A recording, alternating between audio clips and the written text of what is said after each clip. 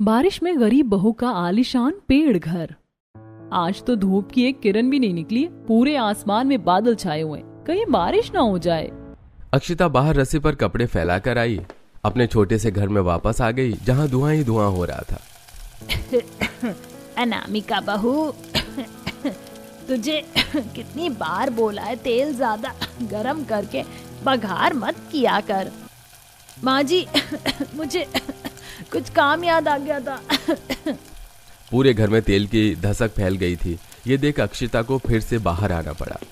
इस घर में तो एक एक दिन काटना और भी मुश्किल होता जा रहा है। हम पहले इतने छोटे से घर में गुजारा कर रहे हैं, ऊपर से माँ जी अब देवर जी की शादी करना चाहती हैं। ऐसे में तो इस घर में गुजारा करना नामुमकिन हो जाएगा। अक्षिता ये सोचते हुए बाहर खड़ी हुई परेशान हो रही थी कि तभी उसके सिर पर ठंडी ठंडी पानी की बूंदें आकर गिरने लगी, जिससे वो अपनी सोच से बाहर आई और उसने देखा कि सामने रस्सी पर फैले कपड़े बारिश में भीगने लगी। अरे नहीं, मैंने अभी ये सारे कपड़े धोए थे। अक्षिता जल्दी से सारे कपड़े उतार के घर में आई। सत्यानाश, तुम दोनों का ध्यान किधर रहता है? हाँ, एक ने पूरे घर में धसक फैला दी और दूसरे ने सारे धुले कपड़े भिगो दिए। माँ जी, अचानक ही बारिश शुरू हो गई, इतने मैंने कपड़े उतारे, इतने में कपड़े गीले हो गए। तो अब खड़ी खड़ी मेरा मुंह क्या देख रही है? हाँ, रस्सी बांध और इन्हें घर में ही फैला। हे भगवान, अब इस चूहे के बिल जैसे घर में अगर इसने कपड़े फैला दिए तो निकलना बढ़ना भी मुश्किल हो जाएगा। और तू खड़ी खड़ी क्या सोच रही है अनामिका बहू? चल जल्दी से अक्षिता बहू की कपड़े फैलाने में मदद कर। संपूर्णा के कहने पर अनामिका ने मुंह बनाकर अक्षिता के साथ रस्सियां बंधवाई और फिर उन पर कपड़े फैलाए। अब सावन का महीना लगने जा रहा था, ऐसे में उन्हें अब और ज्यादा दिक्कतों का सामना करना पड़ता। देखिए जी, मैं इस घर में अब एक दिन और नहीं रह सकती। इसके इतना छोटे होने की वजह से आए दिन मुझे नई नई दिक्कतों का सामना करना पड़ रहा है। मैं तुम्हारी बात समझ रहा हूँ अनामिका, लेकिन अभी मैं कुछ नहीं कर सकता। आज इतनी महंगाई के जमाने में एक पक्का बड़ा मकान खड़ा करना आसान नहीं है। गरीबी की वजह से उन लोगों के लिए घर बनाना बहुत मुश्किल था। वो जैसे तैसे उसी घर में गुजारा कर रहे थे। साथ ही संपूर्णा को अपने छोटे बेटे कार्तिक की शादी करने की भी जिद लगी हुई थी, लेकिन घर के छोटा होने की वजह से रिश्ते वाले मना कर देते। कार्तिक के अब तक 3 रिश्ते टूट चुके थे, वो भी सिर्फ घर की वजह से। माँ जी, हमें अभी देवर जी की शादी के बारे में नहीं सोचना चाहिए। जब तक हमें एक बड़ा सही घर नहीं मिल जाता, तब तक हमें इस सिलसिले को बंद करना होगा। अब तू मुझे बताएगी कि मुझे क्या करना चाहिए और क्या नहीं? मुझे जो करना होगा मैं करके रहूंगी और मुझे कोई नहीं रोक सकता। माँ, समझने की कोशिश कीजिए, भाभी सही कह रही है। और वैसे भी छोटे घर में कोई भी लड़की रहने के लिए राजी नहीं होगी। तो फिर ठीक है, मैं आज ही तेरे ससुर से हमारी पेड़ वाली पुरानी जमीन को बेचने के बारे में बात करूंगी। मुझे जल्द ही एक ठीक से घर संभालने वाली बहू चाहिए, क्योंकि तुम्हारी वजह से हमारे सारे घर का हिसाब बिगड़ा हुआ है। इस पर अनामिका और अक्षिता को बुरा लगा। छोटा घर होने की वजह से वो ठीक से काम नहीं कर पाती और इससे संपूर्णा को शिकायत रहती। संपूर्णा किसी भी बात को सुनने को तैयार नहीं थी। उसे सिर्फ अपने छोटे बेटे की शादी करनी थी। सुनिए जी, छोटा घर होने की वजह से कार्तिक के कितने रिश्ते टूट चुके हैं। आप उस पेड़ वाली पुरानी जमीन को बेचकर इसे बड़ा बना लीजिए। संपूर्णा, आखिर तुम्हें कार्तिक की शादी इतनी जल्दी करनी ही क्यों है? हाँ, और अभी उस जमीन को बेचने का कोई फायदा नहीं है, वहां कोई नहीं रहना चाहता। हाँ माँ, एक तो हमारी जमीन पर इतना बड़ा पेड़ खड़ा हुआ है, ऊपर से आसपास दूर दूर तक सिर्फ वीराना है। ऐसे में वो जमीन बेचना आसान नहीं है, और अगर बिक भी गई तो उसके कोई अच्छे दाम नहीं लगाएगा। सभी ने संपूर्णा को काफी समझाने की कोशिश की, लेकिन संपूर्णा को कोई भी बात समझ में नहीं आ रही थी। फिर अगले दिन पूर्वी माँ जी किस जमीन के बारे में बात कर रही थी? भाभी, यहाँ से काफी दूर हमारी एक पुरानी जमीन पड़ी हुई है, जिस पर एक बड़ा पेड़ खड़ा हुआ है। बसावट ना होने की वजह से उस जमीन के अच्छे दाम नहीं लग पाते, इसीलिए हम उसे बेचने के लिए सही समय का इंतजार कर रहे हैं। क्या तुम मुझे वो जगह दिखा कर ला सकती हो? ठीक है भाभी, लेकिन पहले हम सभी खाना खा लेते हैं, उसके बाद हम वहाँ जाएंगे। खाना खाने के बाद पूर्वी अक्षिता को पेड़ वाली जमीन दिखाने लेकर गई। काफी दूर तक चलने के बाद वो उस जमीन के पास पहुंची। वाह, इतना बड़ा पेड़! यकीन ही नहीं होता कि पूरी खाली जमीन पर इतना बड़ा पेड़ खड़ा हुआ है। सच में भाभी, ये पेड़ तो अब पहले से भी काफी बड़ा हो चुका है। इसका तना तो देखो जरा, हमारे घर की चौड़ाई से भी ज्यादा है। पूर्वी, जब ये जमीन भी हमारी है तो क्यों ना हम इस जगह का फायदा उठाएं? लेकिन इसका किस तरह फायदा उठा सकते हैं? अभी तक ये सिर्फ जमीन थी, अब हम इस पर अपना घर बसाएंगे, वो भी इस पेड़ के अंदर। लेकिन भाभी, हम पेड़ के अंदर कैसे रह सकते हैं भला? उसके लिए हमें इसमें थोड़ा काम करना होगा। पेड़ को अच्छी तरह सब तरफ देखभालने के बाद दोनों नंद भाभी वापस घर आ गई। बहू, पूर्वी कहाँ चली गई थी तुम दोनों? यहाँ मैं तुम्हें सब तरफ ढूंढ ढूंढ कर परेशान हो रही हूँ। वो माँ जी, हम खाना खाकर थोड़ा टहलने निकल गए थे और टहलते टहलते हमें इतनी देर हो गई, पता ही नहीं चल पाया। कम से कम बताकर तो जाती। चलो दोनों घर के कामों में लगो। संपूर्णा के कहने पर दोनों घर के कामों में लग गईं। शाम को जब हर्ष और सूरज काम पर से घर लौटे तब अक्षिता ने उन दोनों से पेड़ को घर में बदलने की बात की। तुम कैसी बच्चों जैसी बातें कर रही हो अक्षिता? भला हम पेड़ में घर कैसे बनाएंगे? हर्ष जी, वो पेड़ है यानी लकड़ी, आप तो लकड़ी का काम करते हैं ना, तो फिर आपको मेरी बात समझ में आनी चाहिए। मुझे लगता है अनामिका सही कह रही है, हम कोशिश करके देख सकते हैं। भैया, हम उसे सिर्फ समय बर्बाद करेंगे और कुछ नहीं। भैया, एक बार कोशिश करके देखते हैं, क्या पता हम कामयाब हो जाएं। सभी के कहने पर हर्ष ने बात को मान लिया, लेकिन उसे अभी भी इससे शिकायत थी। अगले दिन अक्षिता, पूर्वी, सूरज और हर्ष उस पेड़ के पास पहुंचे और सोच के अनुसार उसकी कटाई करनी शुरू कर दी। वहीं अनामिका, संपूर्णा और हरिवंश के साथ भी। जरा ये देखिए, इसमें तो कितने बड़े बड़े गोल गोल सुराख बने हुए हैं, ये हमारे घर की खिड़कियां बन जाएंगे। वाह भाभी, आपका दिमाग तो बहुत तेज चलता है। चारों ने अपनी पूरी मेहनत से पेड़ में अंदर जाने का दरवाजा और साइडों में बड़ी सुराखों में खिड़कियां बनाई। ये देखिए, क्या इससे कोई फायदा है? ये सिर्फ हमारे घर जितना ही बड़ा है, इसमें भी हमें वही सब परेशानियों को झेलना पड़ेगा। बेवजह ही हमने इस पर अपना समय बर्बाद कर दिया। हर्ष जी, जरा ऊपर देखिए, इस पेड़ का मोटा तना ऊपर जाकर 2 हिस्सों में बट रहा है। हम वहाँ पर भी रहने का हिसाब बना सकते हैं। हम वहाँ तख्ते लगाकर दूसरी और तीसरी मंजिल भी बना सकते हैं, लेकिन अभी के लिए इतना काम काफी है। बाकी का काम हम कल करेंगे और हमें इसकी सफाई भी करनी होगी। सावन लगने वाला है, ऐसे में इसमें कीड़े मकोड़े पैदा हो जाएंगे। सूरज की बात सभी को समझ में आ गई। इसके बाद सभी घर वापस चले गए।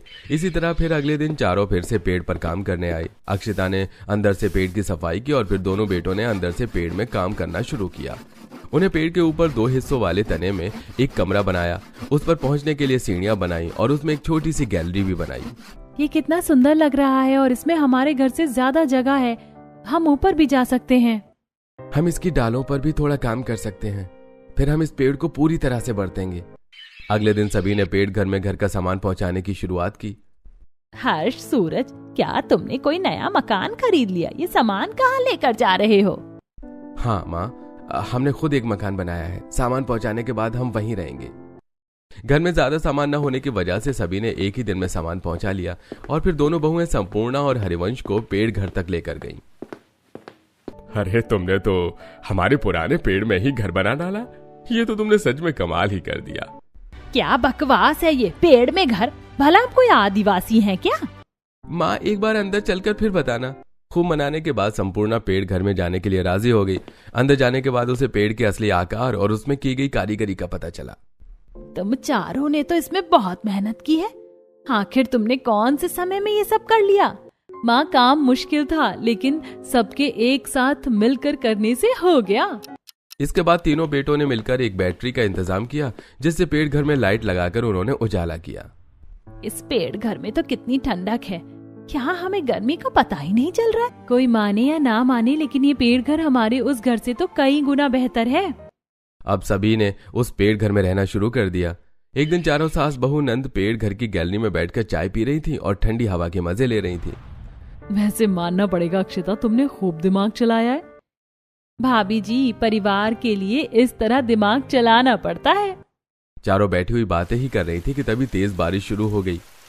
सर पर इतने घने पत्तों की छत होने की वजह से हम पर बारिश की एक बूंद भी नहीं गिर रही है।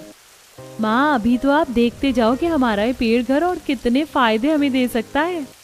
शाम को रोज इसी तरह घर की चारों औरतें पेड़ घर की गैलरी में बैठकर चाय पिया करती। दोनों बेटों ने मिलकर उस पेड़ मकान लकड़ी का थोड़ा और काम किया, जिससे वो अब एक आलीशान पेड़ घर में बदल चुका था। उसमें कई कमरे थे। हर कमरे के आगे एक गैलरी थी और हर मोटी शाखा पर एक लकड़ी से बनी रेलिंग लगी हुई थी, जिससे एक से दूसरे कमरे तक आया जाया जा सकता था। आसपास के निकलते बढ़ते लोगों को भी ये कारीगरी देख काफी हैरानी होती।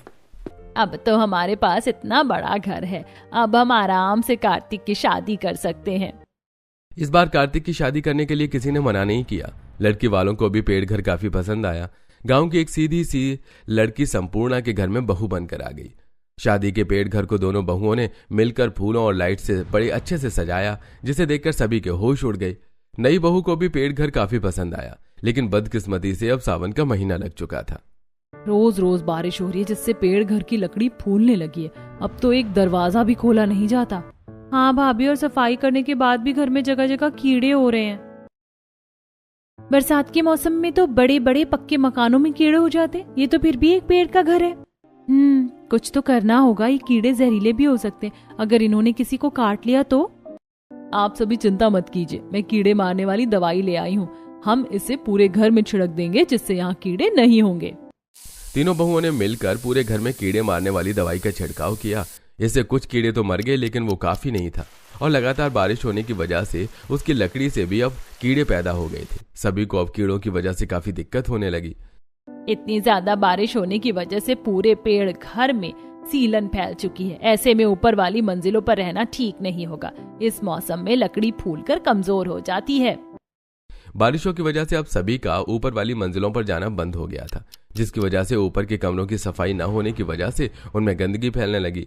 लंबा समय गुजरने के बाद बारिश होनी बंद हो गई, लेकिन अब कुछ ही दिनों में पतझड़ का मौसम लगने वाला था और पेड़ के पत्ते झड़ना शुरू हो गए।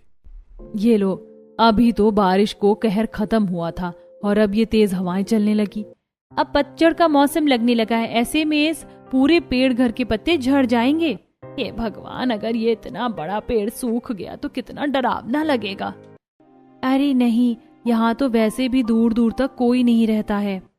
लेकिन अब डरने से क्या फायदा था। कुछ ही दिन में पतझड़ का मौसम लग गया और पेड़ से तेजी से पत्ते गिरने भी शुरू हो गए।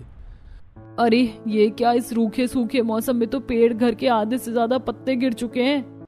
धीरे धीरे ये पूरी तरह गंजा हो जाएगा और हमें फिर से वही सब परेशानियां उठानी पड़ेंगी। अक्षिता अनामिका को कुछ नहीं कह पाई, क्योंकि उसे पता था कि अनामिका सही कह रही है। और धीरे धीरे पेड़ घर के सारे पत्ते झड़ गए, जिससे उसकी बड़ी शाखाएं अब सूखने लगी। एक दिन एक बड़ी शाखा गैलरी की रेलिंग पर आकर गिरी, जिससे रेलिंग टूट गई। अरे नहीं, इसकी शाखाएं तो गिर रही हैं। हाँ भाभी, कुछ दिन पहले एक बड़ी शाखा बिल्कुल मेरे बराबर में जमीन पर आकर गिरी। अगर मैं थोड़ी भी हिलती तो उसके नीचे दब जाती। फिर तो हमें हर दम यहाँ सावधानी से रहना होगा। अब सभी घर में चौकन्ने होकर रहने लगे, लेकिन अब सर्दियां शुरू होने वाली थी, जिसमें लकड़ी और भी ज्यादा सूखने लगी और धीरे धीरे पेड़ की बड़ी बड़ी डालें नीचे आकर गिरने लगी। अब सभी ने शाखाओं के गिरने की वजह से पेड़ के बाहर खड़ा होना बंद कर दिया था। औरतें पेड़ के अंदर रहकर समय बिताया करती, वहीं उनके पति काम पर चले जाते। फिर एक दिन, अरे ये क्या हो रहा है? क्या यहाँ पर कोई बिल्डिंग बनने वाली है? अक्षिता ने देखा कि पेड़ से कुछ दूरी पर बड़ी बड़ी बुलडोजर्स, क्रेन और कुछ इंजीनियर खड़े हुए थे। अक्षिता, सुनने में आया है कि यहाँ एक बड़ा होटल बनने जा रहा है। अगर ऐसा हुआ तो हमारी जमीन की कीमत काफी बढ़ जाएगी और हम एक अच्छा बड़ा घर बना पाएंगे। ये तो बहुत अच्छी बात है। वैसे भी हम इस घर में इतनी ठंड में अब गुजारा नहीं कर पा रहे। समय गुजरा और अब और ज्यादा ठंड बढ़ गई। ठंडी ठंडी हवाएं चलने लगी, जिससे पेड़ घर पर काफी असर पड़ रहा था। कितनी सर्दी है इस पेड़ घर में, तो हमारे घर से दुगुनी सर्दी लग रही है। माँ जी, ये लकड़ी है ना, ठंड पड़ने से ये काफी ठंडी हो गई है, जिससे हमारे पेड़ घर में 2 गुना सर्दी बढ़ गई है। भाभी, इन खिड़कियों से भी बहुत ठंडी हवा आती है और पेड़ में जगह जगह झिर्रियां हैं, जिनसे हवा पार होती रहती है। किसी काम का नहीं है ये आलीशान पेड़ घर। इसमें भी हमें दिक्कतों का सामना ही करना पड़ रहा है। भाभी, हर्ष जी ने बताया है कि यहाँ से कुछ ही दूरी पर एक होटल बनने जा रहा है, जिससे हमारी जमीन के दाम बढ़ सकते हैं। अगर ऐसा हुआ तो हम अपने उसी 1 मंजिला छोटे मकान को बड़ा कर लेंगे। क्या सच में? लेकिन उसमें तो बहुत समय लग जाएगा। तब तक के लिए हमें इसमें ही गुजारा करना पड़ेगा। जनवरी की ठंड में पूरा परिवार किसी तरह पेड़ घर में समय गुजार रहा था। दिन पे दिन ठंड बढ़ती जा रही है और हम इस पेड़ घर में आग भी नहीं जला सकते हैं, और इतनी तेज हवा में हम इसके बाहर भी आग नहीं जला सकते हैं। अब हम करें तो क्या करें? चलो फिर से अपने उसी घर में चलते हैं। लेकिन माँ जी, वहाँ पर समय बिताना अब और भी मुश्किल हो जाएगा। यहाँ ठंड है, लेकिन कम से कम यहाँ जगह तो है। वो तो सिर्फ घर के नाम पर एक कमरा है। अनामिका की बात सभी को सही लगी और अब ठंड को झेलते हुए वो वहीं पेड़ घर में रह रहे थे। कुछ दिन बाद उन्होंने देखा कि पेड़ घर के आसपास घर बनने शुरू हो गए। वहीं होटल में भी लगातार काम चल रहा था। सर्दियों का मौसम गुजरने तक वहां कई घर बन गए और वहां लोगों ने भी रहना शुरू कर दिया। वहीं आए नए लोगों को पेड़ घर बना देखकर काफी हैरानी होती। वहीं पेड़ घर के परिवार को इस पर थोड़ी शर्मिंदगी भी महसूस होने लगी। हमारे आसपास कितने अच्छे मकान बन चुके हैं और हमारा इतना बड़ा परिवार अभी भी इसी पेड़ घर में रह रहा है। हमें साल भर होने वाला है इस घर में रहते रहते, लेकिन अभी तक हमसे एक घर नहीं बनाया गया। माँ जी, पिताजी, आपके बेटे पूरी मेहनत कर रहे हैं हम सबके लिए एक घर खड़ा करने को। एक दिन वो जरूर कामयाब होंगे। सच कहूँ तो मैं इस सब से बहुत थक चुकी हूँ। अब मैं यहाँ से जाना चाहती हूँ। अब सभी पेड़ घर में नहीं रहना चाहते थे। भले ही पेड़ घर में उन्हें रहने के लायक काफी जगह मिली थी, लेकिन इसके साथ उन्होंने बहुत सी परेशानियां भी उठाई, जिसकी वजह से वो अब वहां से जाना चाहते थे। अब वसंत का मौसम लग चुका था। पेड़ फिर से हरा भरा होने लगा और अब उसमें जगह जगह पर पत्ते निकलने लगे। उससे और नई डालें निकलने लगी, जिससे अब उनका संतुलन बिगड़ने लगा। फिर एक दिन, माँ, कोई हमारी जमीन को काफी अच्छे दामों में खरीदना चाहता है। आसपास सब बसावट होने की वजह से हमारी जमीन के दाम बढ़ गए हैं, तो क्या हम इस जमीन को बेच दें? अरे देवर जी, नेकी और पूछ पूछ, मैं तो अभी के अभी यहाँ से निकलना चाहती हूँ। सभी जमीन को बेचने को बिल्कुल तैयार थे और उम्मीद के अनुसार उनकी जमीन अच्छे दामों पर बिक गई। इसके बाद उन्होंने धीरे धीरे पेड़ घर को खाली करना शुरू किया। हमें इस पेड़ घर की बहुत याद आएगी। इतना लंबा समय गुजारा है हमने यहाँ पर। हाँ भाभी, ये घर जैसा भी हो, हमने इसे बहुत मेहनत से बनाया है। हम इसे हमेशा याद करेंगे। हमारी इसमें की गई मेहनत वसूल हो चुकी है। अब हमें इसे अलविदा कहने का समय आ चुका है। भले ही दिक्कतों के साथ, लेकिन पूरे परिवार ने उस पेड़ में काफी लंबा समय बिताया और ढेर सारी यादें बनाई। लेकिन अब उस पेड़ को वहां से हटने का समय आ चुका था। पूरा परिवार उस जमीन को बेचकर वहां से आ गया और जमीन के पैसों से उन्होंने अपने उसी पुराने 1 मंजिला के कमरे वाले घर में काम करवाकर उसे 3 मंजिला बड़ा बना लिया। अब पेड़ घर की जगह पर भी उसे हटाकर कई घर बन चुके थे। सभी को पेड़ घर की काफी याद आती। मुझे अभी भी हमारे पेड़ घर की बहुत याद आती है। सच कह रही हो, मुझे भी जब कभी उसकी याद आती है तो आंखें भर आती हैं। क्यों ना हम अपने घर के आंगन में ही एक पेड़ लगा लें, जिससे हमें उसके ना होने का एहसास नहीं होगा। हाँ, हम आंगन में एक पेड़ लगा सकते हैं और हम उसे बिल्कुल अपने पेड़ घर की तरह ही रखेंगे। सभी आंगन में पेड़ लगाने के लिए राजी हो गए और फिर उन्होंने आंगन में एक छोटा पेड़ लगाया जो काफी तेजी से बड़ा होने लगा। अब जब कभी भी किसी को पेड़ घर की याद आती तो वो आंगन में लगे पेड़ को देखकर खुश हो जाया करते।